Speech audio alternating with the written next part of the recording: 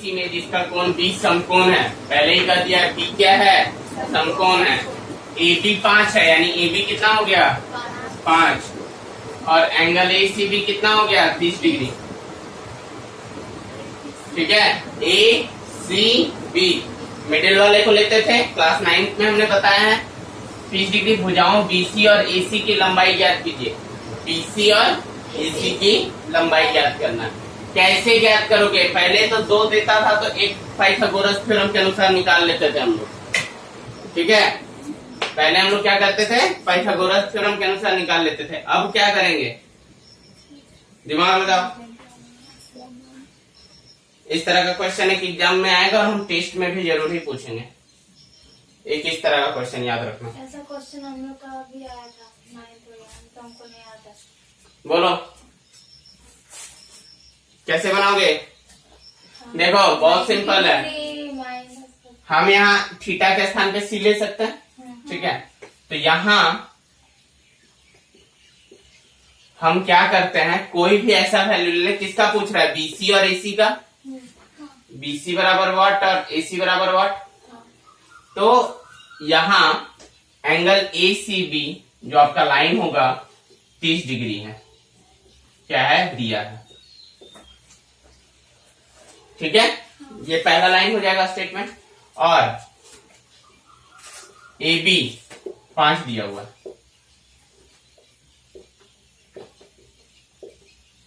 अब देखो, अगर हम यहां से साइन 30 पुट करते हैं, साइन सी पुट करते हैं, चलो क्या पुट किया हमने, सी। तो साइन सी का वैल्यू क्या होता है, P by H. P by H यानी कि क्या हो जाएगा, पी यहां से क्या होगा, ए बी, और एच क्या होगा, ए सी होगा। यहां तक समझ में आया, कोई दिक्कत है नहीं।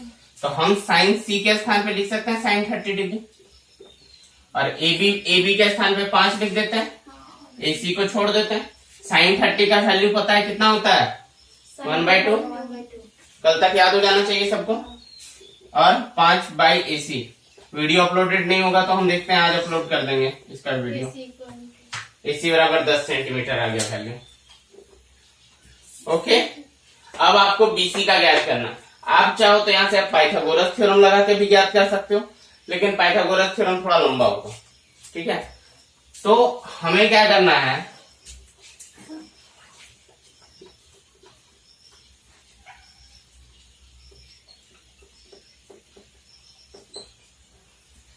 अब यहाँ पे हम ले लेते हैं 1030। क्या ले लिए हमने, 1030 equal to P by B होता है, यानी कि पी क्या होता है, ए बी, और बी क्या हो जाएगा, बीसी। तो यानी हमारा हो जाएगा वैल्यू 1030 इक्वल टू क्या होता है, 1/√3 equal to A B by B C. A B कितना हो गया हमारे पास, 5। बीसी का नहीं पता है, तो बीसी बराबर क्या हो जाएगा, 5√3। क्रॉस मल्टीप्लीकेशन हो गया, ये इधर आ गया, ये इधर आ गया, आंसर हो गया आपका। समझ में आया, बहुत इजी है, बस थोड़ा सा दिमाग लगा के बनाना था। इस तरह का क्वेश्चन एग्जाम में आएगा आप लोग का।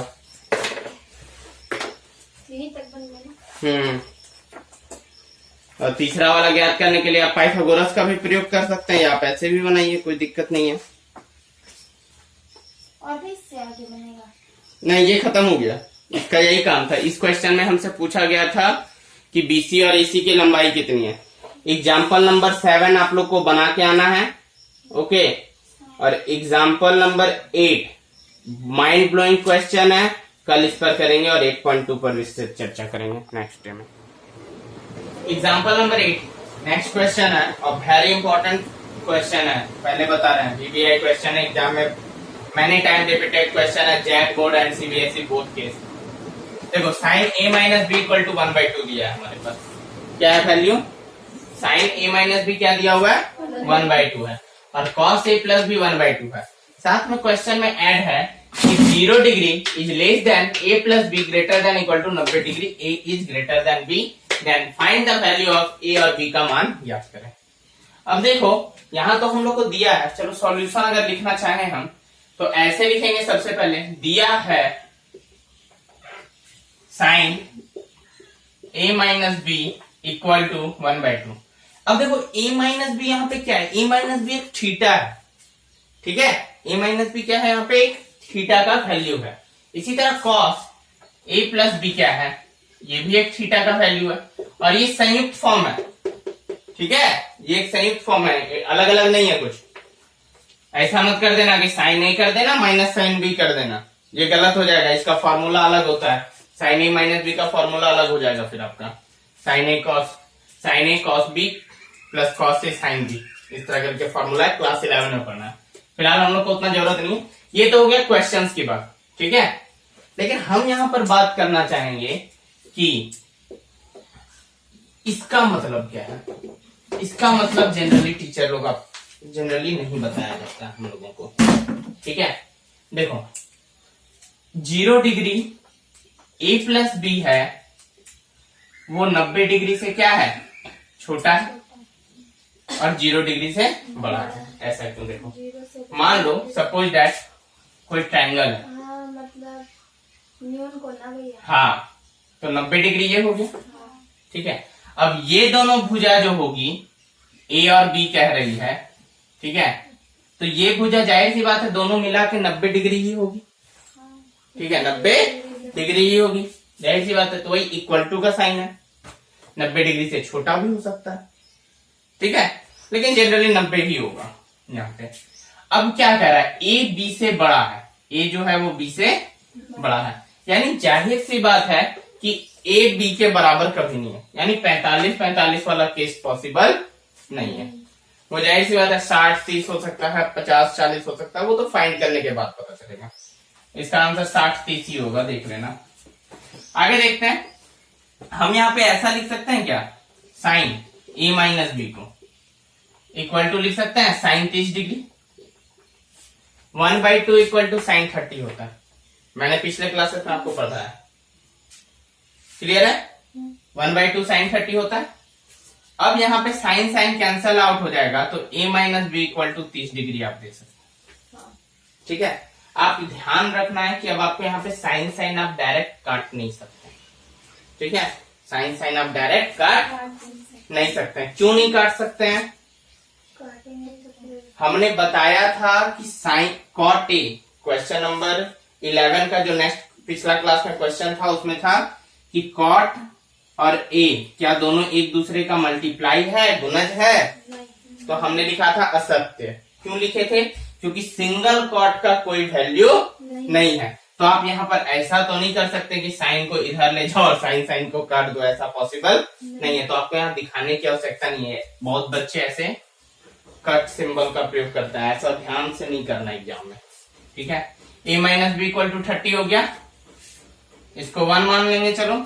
अब इसी तरह cos a प्लस बी के साथ हो जाएगा,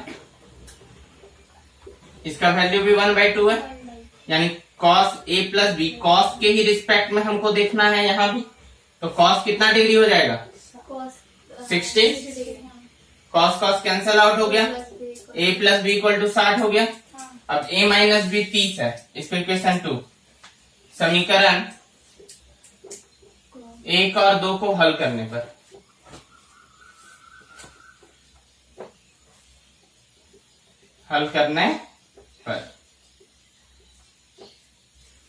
a और b को हल करने पर तो क्या है, a minus B equal to कितना है, 30 है, a प्लस बी कितना है, 60 है, कैंसल आउट हो जाएगा ये, यहाँ 2a 90, a इक्वल टू कितना आ गया, 45।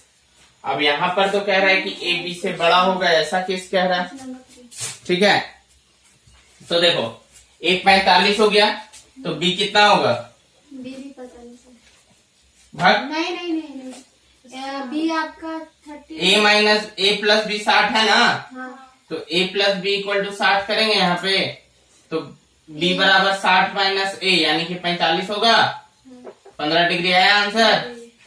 सारा रूल फॉलो कर रहा है, 45 प्लस 15 देखो 90 के और 0 के बीच में है, और a बड़ा है b से, हो गया आंसर। 30 को भी निकालना है, हाँ 30 को भी निकालना है इस तरह। अब क्या निकालोगे, आपसे पूछा a और b का मान ज्ञात करने के लिए, तो a और b आपका फाइंड हुआ, ओके चलो। गुड।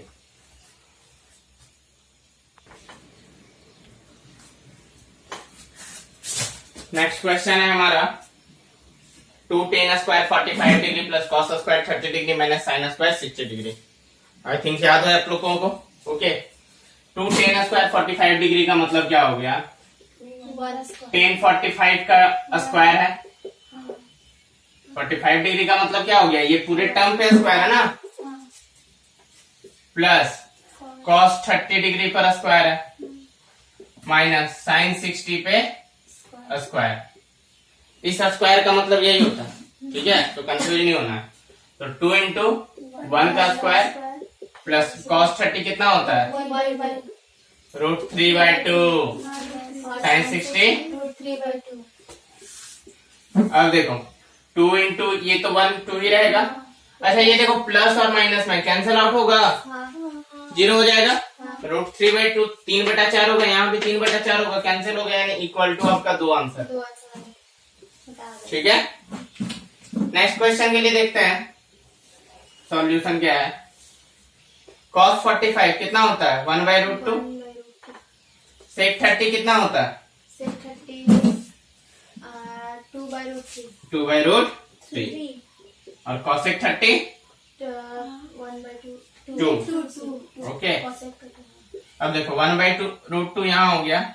अब इसका एलसीएम ले लेते हैं। चलो हो गया आपका √3 2 प्लस 2√3। ठीक है, कुछ नहीं है इसके नीचे तो 1 है। √3 और 1 का एलसीएम लेंगे तो √3 बचेगा। ठीक है, और 2√3 डिवाइड होगा 1 बचेगा और 1 मल्टीप्लाई होगा 2 से तो 2 हो जाएगा। यहाँ भी 1 भागा देंगे √3 से तो √3 होगा और √3 को 2 से ऊपर वाले से गुना कर देते हैं तो 2√3 हो जाएगा। अब यहाँ देखो ये ऊपर जाएगा तो हो जाएगा आपका 1/√2 इंटू √3 ऊपर चला जाएगा 2 प्लस 2 √3। ठीक है, तो यहाँ जो वैल्यू आएगा आपका वो आएगा √3/√2 इंटू, यानी हो जाएगा आपका 2√2 प्लस 2√3 इंटू √2। यही ना होगा। अब देखो ये समझ में आया ना कैसे बसो। कैसे होगा? अरे √2 इससे मल्टीप्लाई होगा, एक बार इससे मल्टीप्लाई होगा, ब्रैकेट में है ना, ये समझ लो। एक बार इससे हुआ तो √3 इंटू √2 हम इसको लिख सकते हैं 2√6। √3 इंटू √2 होगा तो 2√6 होगा। यहाँ तक कोई डाउट है? क्लियर है ना? ओके अब देखो, अब यहाँ पे रैशनलाइजेशन कर दो। हाँ, परिमयीकरण कर दो। 2√2 माइनस 2√6, ऊपर में भी हो जाएगा 2√2 माइनस 2√6 इक्वल टू जो वैल्यू आएगा अब √3 इसके साथ मल्टीप्लाई होगा 2√6 तो हो जाएगा 2√6 माइनस, अब देखो 2√6 यानी कायदे से यहाँ पे 2√18 हो जाएगा। होगा ना? अरे एक बार √3 एक बार इसके साथ एक बार इसके साथ गुना होगा ना, कि नहीं होगा? हाँ, नीचे वाले से ऊपर वाले से, ऊपर वाला ऊपर के साथ नीचे। √3 रैशनलाइजेशन में क्या होता है देखो, यहाँ पर जो सिंबल प्लस का है वो यहाँ पर माइनस में हो जाता है। ओके, जो यहाँ सिंबल प्लस का है वो हो जाता है माइनस का, और यहाँ पर ऊपर में भी अब जो नीचे से गुना करते थे वही अंक ऊपर से भी गुना करेंगे। यही ना होते आया हम लोग का, जो नीचे से ऊपर से। क्यों? ताकि जो हमारा प्रोडक्ट है वो 1 होना चाहिए। बाद में ये दोनों कट जाएगा तो 1 बचेगा। समझ में आ रहा है? रैशनलाइजेशन यहाँ तक क्लियर है? पहले से बताओ, यहाँ तक में किसी को डाउट है? नहीं समझ आ खुल के बोलो जो बोलना है, हम बार बार नहीं पूछेंगे। इसके बाद नहीं समझ आ रही। इसके बाद ये वाला रैशनलाइजेशन में दिक्कत है। तो देखो 2√2 प्लस 2√6 है। रैशनलाइजेशन यानी परिमयीकरण का मतलब होता है कि यहाँ जो प्लस टर्म है वो माइनस में बदल जाएगा, और कुछ नहीं। ऐसा क्यों होता है? ऐसा इसलिए होता है कि नीचे वाले से हमको रूट हटाना होता है। नीचे में रूट नहीं होना चाहिए। एक परफेक्ट आंसर में नीचे में रूट कभी भी नहीं होगा, क्योंकि रूट एक इरेशनल नंबर है। ठीक है, रूट टर्म क्या है? एक इरेशनल नंबर है। अभी निकालेंगे तो रूट हट जाएगा यहाँ से। ठीक है, कैसे इसको देखते हैं। भैया वो बोल रहे √3 और बाय 2√2 प्लस 2√6 ठीक है, चलो एक स्टेप हम लोग आगे बढ़ जाते हैं, रुको। ऊपर कर रहे इरेज कर रहे देखो यहाँ तक ठीक है, तो हम इसको लिख सकते हैं √3 into 2√2 minus 2√6 by a plus B और a माइनस बी इंटू होगा तो क्या होता है formula, square minus B a square minus B square के रूप में टूटेगा नीचे में। एक मिनट देखिए। कौन है गोपी रे? चलो आगे देखो, हल्ला नहीं, यहाँ तक समझ में आया, ये क्लियर है। 2√2 plus 2√6 a plus B a minus B का फॉर्म में आ रहा है, a square minus B square होगा ना, तो यहाँ पे हम लिख सकते हैं 2√2 का स्क्वायर माइनस 2√6 का स्क्वायर। क्लियर है। अब देखो ये एक बार इसके साथ एक बार इसके साथ मल्टीप्लाई होगा तो हो जाएगा यहाँ पे 2√6 होगा ना, कोई दिक्कत है? दिखता नहीं तो समझ में नहीं आता। समझ में आया ये चीज, इसीलिए तो हम पीछे हट गए। √3 अब माइनस 2√18 होगा। अब यहाँ देखो 2√2 का स्क्वायर है तो 2 का स्क्वायर 4 होगा और √2 का स्क्वायर 2 होगा, समझ में आया ना बात। माइनस एक बार 2 का स्क्वायर होगा 4 और √6 का स्क्वायर होगा 6, क्योंकि रूट मल्टीप्लाई होगा 2 बार तो एक रूट खत्म हो जाता है, पावर स्क्वायर है तो 2 बार गुना करना है यानी कि, ठीक है। अब देखो अब यहां से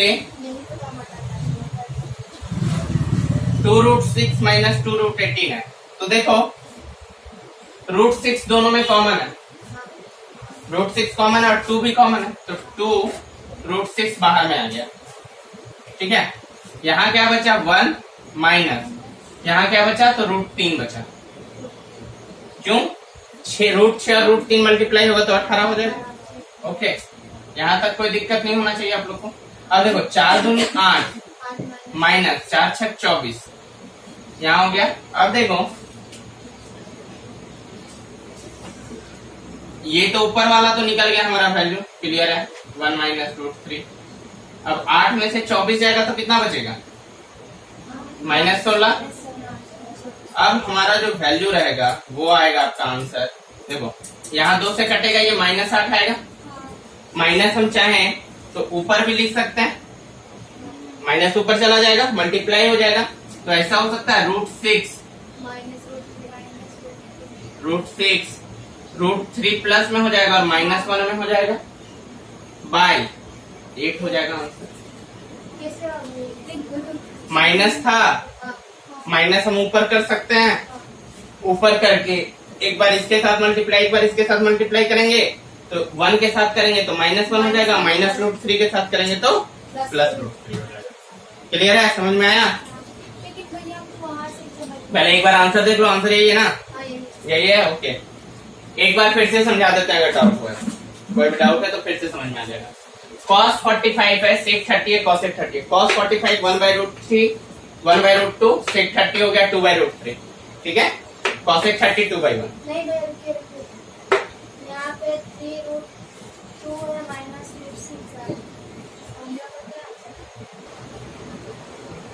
देखो हम लोग के साथ क्या है कि ऐसा भी हो सकता है कि यहाँ पे 2√6 1, देखो ये भी आंसर सही है। बुक वाला कैसे आया सो भी हम बता दे रहे हैं आप लोग को, ठीक है। ये भी आप करोगे तो आपका एग्जाम में नंबर नहीं कटने वाला। यहाँ तक आपको समझ में आ गया होगा, सेम चीज है, सिर्फ यहाँ पे -16 हमने पहले लिख दिया। अब देखो जब इक्वल टू कॉमन लेने की बात आएगी तो आप चाहो तो ऐसे भी लिख सकते हो, 2 को ही कॉमन लो, ठीक है, 2 को कॉमन लो, √6 माइनस √18 बाय -16 कट गया, -16 -8। अब देखो यहाँ पे जब लिखोगे तो आप लिख सकते हो माइनस ऊपर चला जाएगा तो यहाँ हो जाएगा टर्म √18 प्लस में हो जाएगा और -√6 हो जाएगा बाई 8 हो जाएगा। और √18 को आप लिख सकते हैं 3√2 माइनस √6 बाई 8, √18 हो जाएगा। √18 को तोड़ेंगे फैक्टर में तो 3 के 9 और दूनी 18, 3 कॉमन आ जाएगा इससे तो 3√2 माइनस √6 भाई। अब कैसे भी आंसर आ रहा है। हाँ? सी के बगल में आप ब्रैकेट यूज करना। ना कोई जरूरी नहीं है, वो इंटू ही है, वो इंटू ही है, उसके लिए स्पेशली आपको स्पेसिफाई करने की आवश्यकता नहीं। क्लियर है यहाँ तक? भैया हमारा 3√2 कैसे किया?